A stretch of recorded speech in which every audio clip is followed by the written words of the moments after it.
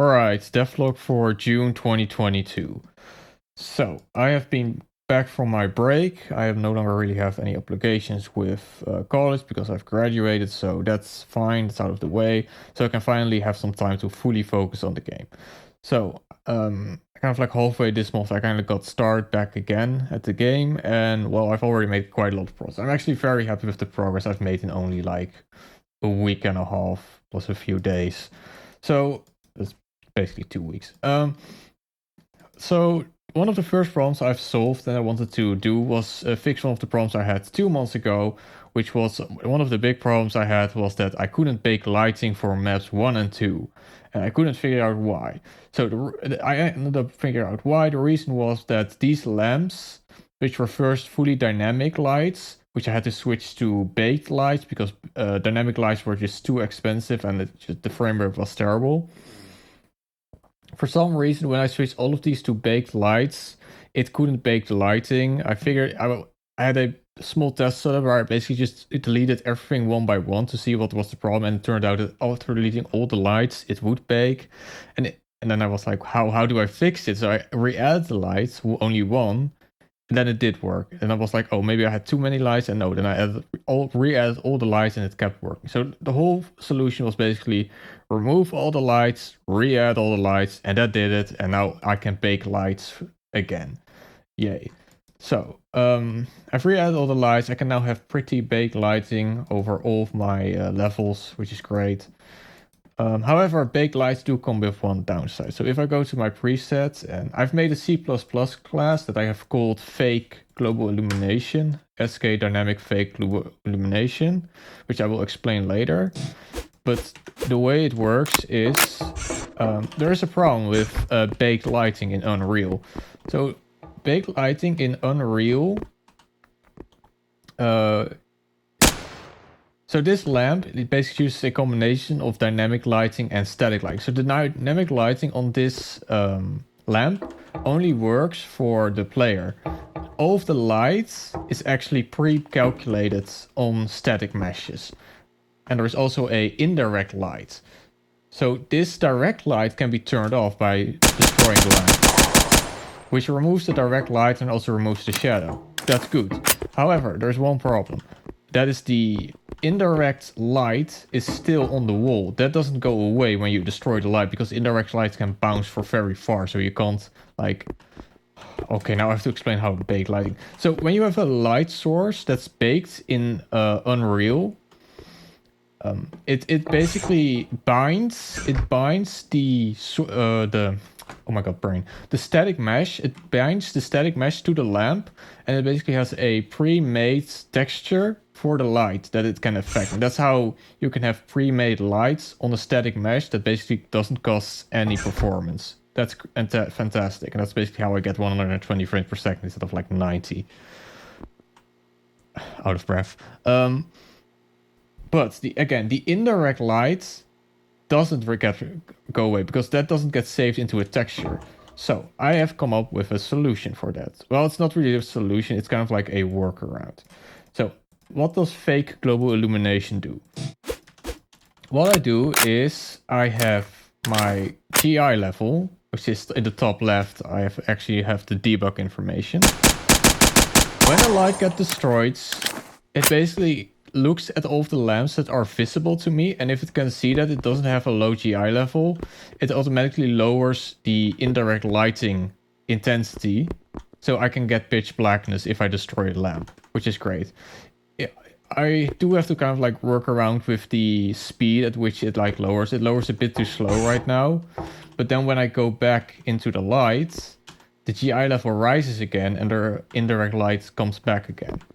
So I can basically have fully dynamic lights between brackets using this fake global illumination method. It also works with multiple lights. It basically just takes all of the lights that are visible to me, and it then calculates a mean based on the distance and the radius of the lamp. So bigger lamps have bigger influence on the global illumination.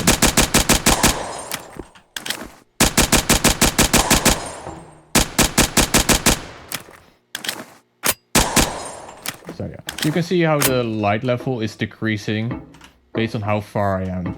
Now you can already tell that this method has a few downsides, and that is that if I'm standing under a light, I'm obviously having a lot of indirect light intensity. That means that the spot that should be dark is actually lit up, but when I walk to the dark spot, it automatically gets darker. So that's a bit weird, especially if it's like completely black. So if I just destroy this and then go stand here, I can be in complete blackness because I have no visibility of any light. But if I then go back to the light, it goes... the global illumination rises again. It's a drawback, but it doesn't cost any performance, and it still allows me to basically, if you have it so that you accidentally destroy all lights, which is very likely to happen with explosives, you're gonna have to turn off your flashlight in order to see anything. So yeah, pretty cool. Now we go to level 3, because that's the second big thing that I've done this month. Well, kind of like half the month. This is like the 5th time I'm recording this because I kept fucking up. So I actually don't know what I've said. I finished graduation, so that's all fine. I don't know if I already said that, but I finished graduation, so that's all fine. So I now have a lot of time to work on the game point. Yeah, so I've made a new tile set for Russia, the planet. Because the old tile set sucked. Like, it was absolutely terrible. And I am very happy that I just made that decision. I now actually use fully modular building. So if I look at this tower just consists basically of many different parts. So I can basically just drag them out. Like, see, it's completely modular, which is so much better than what I did before. And I honestly don't even know why I did. Actually, I know why. The reason why I did it the way I did before was basically having big mega structures, was because I thought that it was going to be really bad for frame rate to have so many separate static meshes. Turns out, I figured out with baked lighting, it's actually way better to have many static meshes for many reasons. This is also how Unreal expects you to make levels. So it's actually more performance friendly to have many separate static meshes. It's also how I was a bit confused of how collision works. I didn't want many separate meshes because I thought it was worse for collision calculations. But it turns out that meshes use bounding boxes, which is just like stupid. I should have like learned that very early, but complex meshes have bounding boxes around them, and as long as an object is outside of the bounding box, it doesn't like calculate collision for the entire object. So it's actually worse to have big objects. If you have many small objects, collision performance is actually better than if you have one really big object. It's a long story and it takes way too long to explain that. But if I just quickly go to my geometry, so here is my new tile set. So here's all the tiles for the tower, for some pillars, it's for the small buildings, and then for bridges. And then here's a lot of my old stuff, some of which is reused. But for example, this is the new tower, which is completely modular. And this is the old tower, which sucked. Because of two reasons. Again, first, it's one big mega structure, which is apparently what you don't want. Because this is actually bad. Because if you enter the bounding box, it calculates the collision for all of the faces of this tower, which is bad. It was also way too big, because if I just quickly place, this is a human-sized enemy. This is just way too big. Way too big. And I figured this out during playtesting, that it was just not fun to fight in this place, because it just took way too long to get everywhere. And the fights were really boring, because it was way too easy to kite enemies, because you had just way too much space. So yeah, this is going away, this like big mega structures, and instead I'm using actually proper... actually a proper like tile set that uses fully modular buildings. So yeah, all of these things were like made in like 2 days. So like if I technically speak, like you spend like 2 weeks only making a tile set, I would have such an advanced tile set that I could probably make an entire game just using that tile set and just remix and match. So yeah. But I'm very happy with the redesign of the level. The level plays a lot better as well. I'm very happy with it, and it's just a huge boost for the game. So yeah. One problem, I'll do a quick showcase of like I'm currently working on the last part of the level, where I still have to place all the enemies and all the items. But in terms of like from A to B, it's 100% done. It's just a few small things. It's like 95% done in terms of gameplay. And then there's also a lot of decorative stuff that I still need to do. But let's take a bit of a quick tour around the level. I mean, not around the full level, but just around the last part that I'm currently working on. So one problem I do have right now is that this place is supposed to be completely dark. So you're supposed to only be able to use your flashlight to see anything, but there are basically two lighting problems that I have here. The first lighting problem is that my hands are still being lit by something, and I don't know what. I think it's the skylight. I need to figure it out. The second problem is that materials that have a low roughness, for some reason, again, reflect things. They reflect light off of something, which means that they're not pitch black. I really need to figure out what's causing it. It's probably a graphic setting. It's only something I discovered today because I made this today. So it's just a graphic setting, I think. So I need to just figure out what it is. But yeah, let's just continue on. So the way this room works is that it spawns you down here with a bunch of enemies. Kill these enemies and then it spawns these platforms. And then you can use these platforms to get to the second level. So again, these pillars are supposed to be full black, not black, but they're not supposed to glow like this. But yeah, so if I go to... So here you kind of like see how the scale is compared to like human level. Your level looks a lot different when you're actually playing it.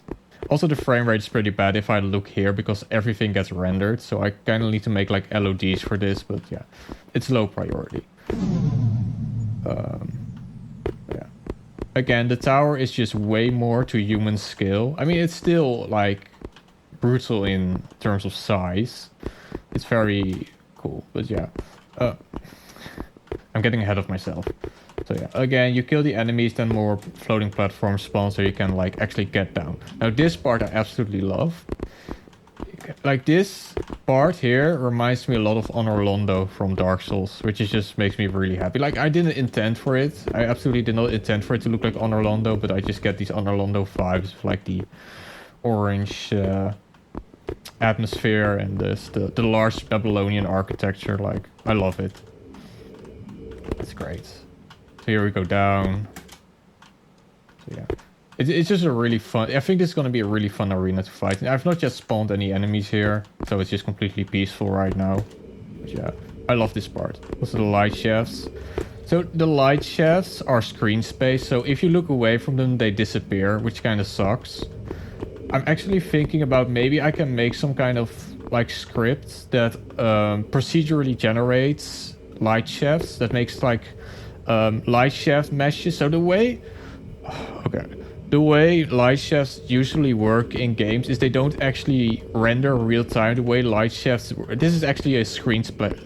Like, nothing gets rendered here. This is basically just a screen space trickery to make these light shafts. But by Unreal, I've not programmed this. I'm not a good enough programmer to program these light shafts. But the way light shafts usually work is that you actually have a translucent mesh that goes from the point of origin to the ground, and that's basically how light shafts in games work. So maybe I can make some sort of procedural way that it procedurally renders the mesh, then add a volumetric lighting component to it, and then have like proper light shafts that you can see from every direction. I might do that, I might not do it. It's not something I'm gonna do until I'm like ready to... Like, I want all of the important things done before I work on something like that. But yeah. Again, looks really cool. So yeah. And then we go down here, but I'm not going to show that. But yeah. Another reason why why this is a good thing. I'm actually forgot to tell part of the story, so I need to go back.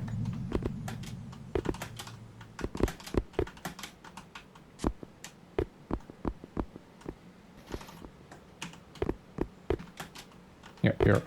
Okay, another reason why modular structures are a lot better than having big mega structures that consist of one big mesh is that it actually these meshes actually work as occluders, so everything that's behind the object doesn't get rendered. So if I look like here, my frame rate drops to, I think, around 80, like exactly 80. But then if I do stand here, it goes back to 100. And why? It's because everything behind this wall gets occluded. If you have one big megastructure, it actually has trouble calculating occlusion for some reason. So yeah. So yeah, that's kind of like that, and that's basically all. Now I've actually done more. I'm also working on the voice lines because the voice lines still need a lot of work, but I'm not gonna show it until that's done. And yeah, so let's just go quick run. I actually didn't make any notes this time, so I have to just go quickly what I'm in my head. So I hope I get at least 1 month of full-time work that I can do on the game. So I'm gonna do as much as I possibly can, which is finishing the voice. Okay, so the big things I still need to put down. So lighting is fixed. The rework of level 3 was actually something I didn't plan for, but I'm very happy that I did. And honestly, I'm happy with the other 2 levels, so... But I still need a few work on all of the levels, so... But that's like minor stuff. Voice lines, I said it, right? I don't even know. Dynamic music, that's probably the thing I'm gonna work on first this month. After I finish this level, I'm gonna go and work on dynamic music and get dynamic music in the game. I will also make the third and final music track that's required for the demo. So I will also record the... I've already said that. So yeah, what's necessary? Voice lines, dynamic music, final music track, and that's pretty much it. And then it's just like playtesting the levels over and over and over again, fixing all the bugs, fixing all the missing decorative stuff, because there's a lot of decorative stuff missing. So a lot of final touches that still need to be done. But after that, it's basically done for the demo at least. And then yeah, so that's basically it. And then okay, and then I guess I'll talk about my electronic music, since I don't know why, but a lot of people have been listening to my music. I mean, a lot. I'm used to like only getting like a few views for my electronic music, and for some reason, one of those tracks has over 100 views. It's my first video that goes over 100 views. So I've actually not checked if like one person is like constantly listening to it, or it's like in the algorithm. I don't even know. But yeah, I wanna... With the electronic music, I want to make some more heavy-hitting synthesizer stuff, something like similar to Carpenter Brew, which is a very tall order because Carpenter Brew is pretty much considered to be the best, like, hard-hitting synthwave / cyberpunk music artist there is. So topping him is impossible, but like I'm gonna try and be close, but I'm having a lot of trouble. Making hard-hitting synthesized music is very difficult. I mean, you can make Oonga Boonga techno music, but that's not interesting. And actually, I really don't like that type of electronic music. It's kind of like weird telling people that I'm like into electronic music, because I've always told people how much I fucking hate EDM, and I still hate EDM. But there is just something about classic, like electronic, retro style electronic music that I really like. So yeah. So yeah. I hope that maybe in the next few days I can make my first like more heavy... I mean, I've already made some heavy hitting stuff with Demon Lord and... No, not Demon Lord, Demon Core and Club Fight. Club Fight was actually the true first hard hitting synth that I tried.